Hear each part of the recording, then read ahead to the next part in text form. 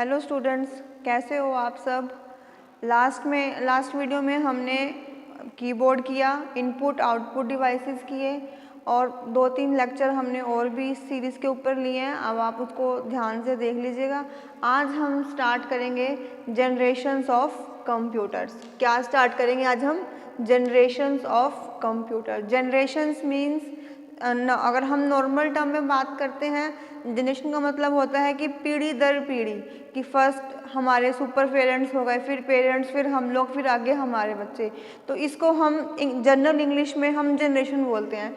लेकिन यहाँ पर जब हम कंप्यूटर की जनरेशन की बात करेंगे तो वहाँ पर जनरेशन का मतलब क्या है कि change in technology.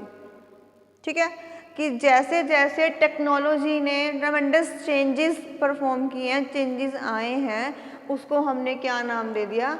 Generations of computer. Clear?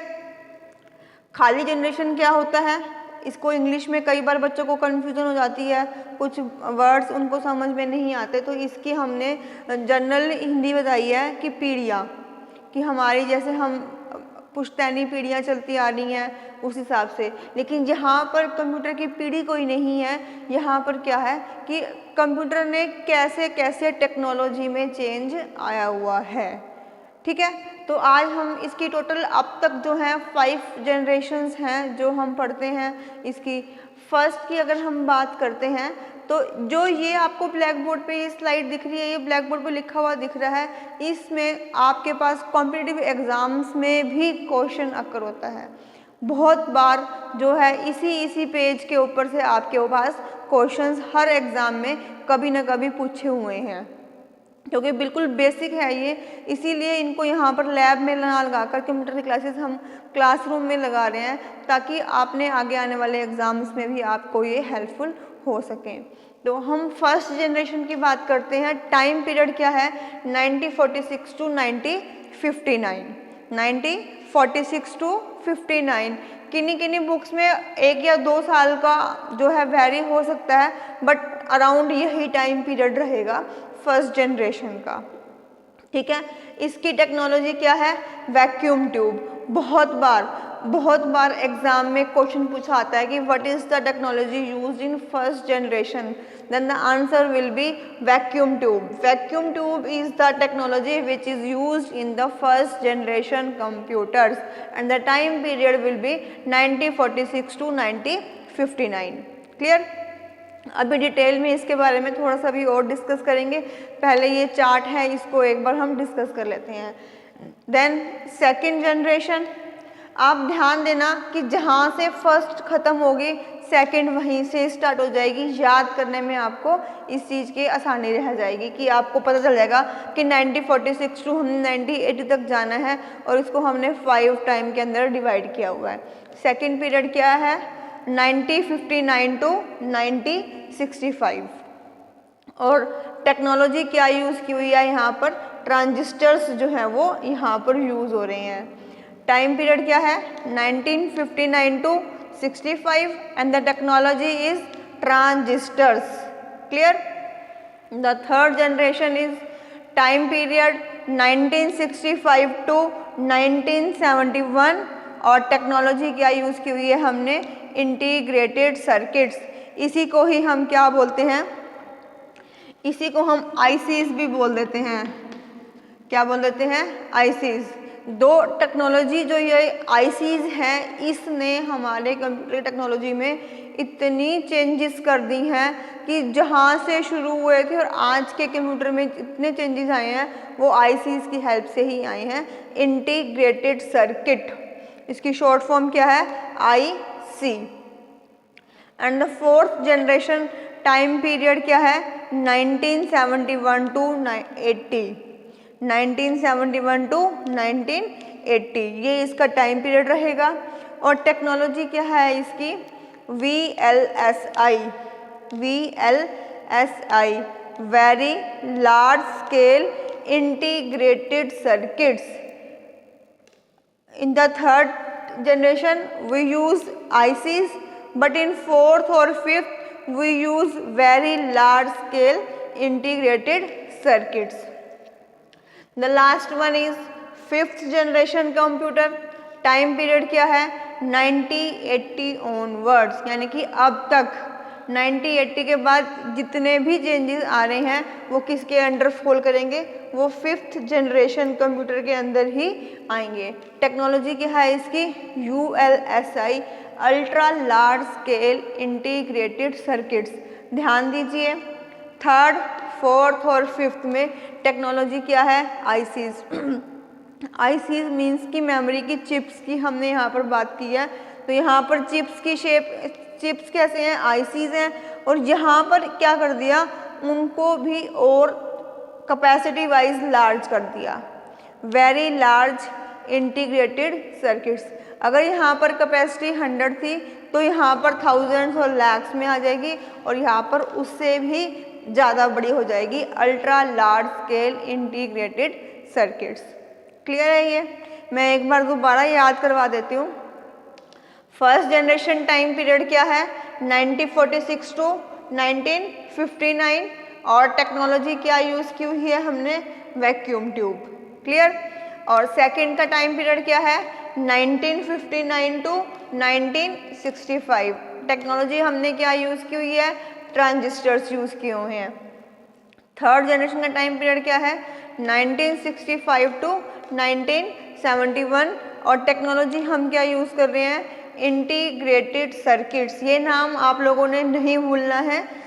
Third generation की टेक्नोलॉजी क्या है, इंटीग्रेटेड सर्किट्स, आईसीज।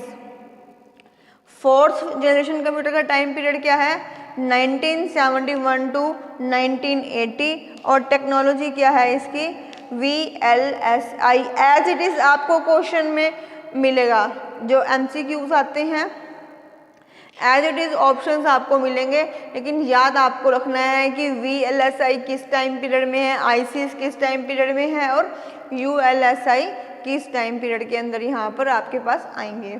तो last one is fifth generation computer, यहाँ पर क्या है 1980 ऑनवर्ड, और टेक्नोलॉजी क्या है ULSI, ultra large scale integrated circuits. Clear है? तो ये इन 5 जनरेशन्स के अंदर हमने अपने कंप्यूटर को डिवाइड किया हुआ है, कि मीन्स कि आप देखो कि टेक्नोलॉजी बिल्कुल चेंजेस आपको चेंज मिल रही हैं, तो टेक्नोलॉजी के अकॉर्डिंगली हमने इसको जनरेशन्स के अंदर डिवाइड किया हुआ है। 5 जनरेशन के अंदर हमने इसको डिवाइड किया हुआ है। टाइम पीरियड और टेक्नोलॉजी आपने बहुत अच्छे से ध्यान में रखनी है।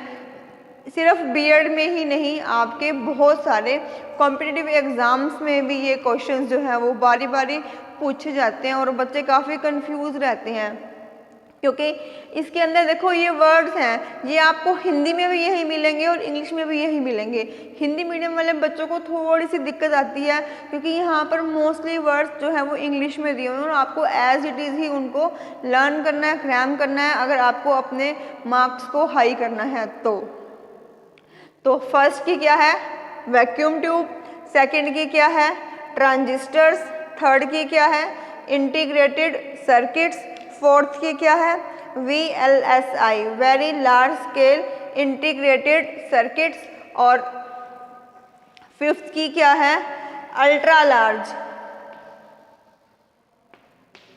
Large scale integrated circuits.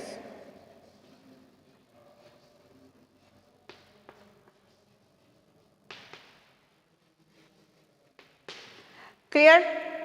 पांचों की पांचों जनरेशन्स आपको टिप्स पे लर्न होनी चाहिए, इनका टाइम पीरियड और इनकी टेक्नोलॉजी।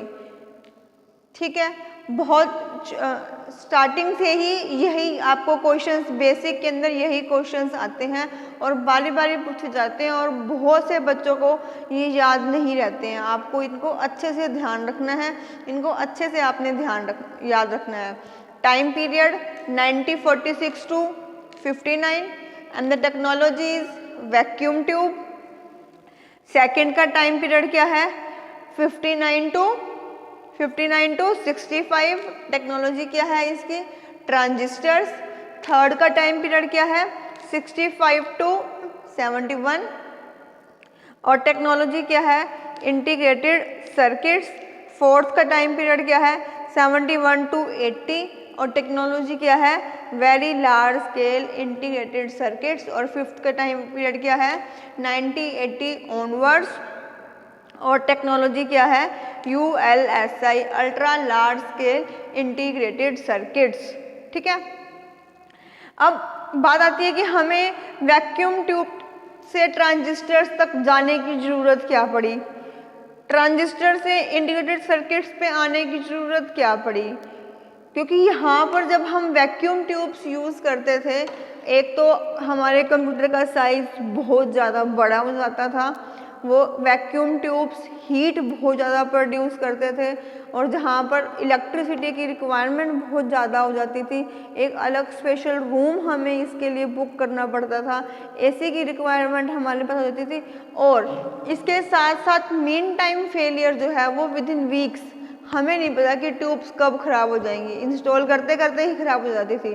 तो इसके यहाँ पर क्या था, मेन इसकी ड्रॉबैक क्या थी कि एक तो ये बहुत ज़्यादा संख्या में हमें वैक्यूम ट्यूब्स को यूज़ करना पड़ता था, सेकेंडली कि इसका मीन टाइम फेलियर, कि अगर हम इसके फेलियर की अगर हम एवरेज निकालते हैं, मीन टाइम निकालते हैं, तो विद इन सेकेंड्स या मिनट्स वो ख़राब हो जाता था।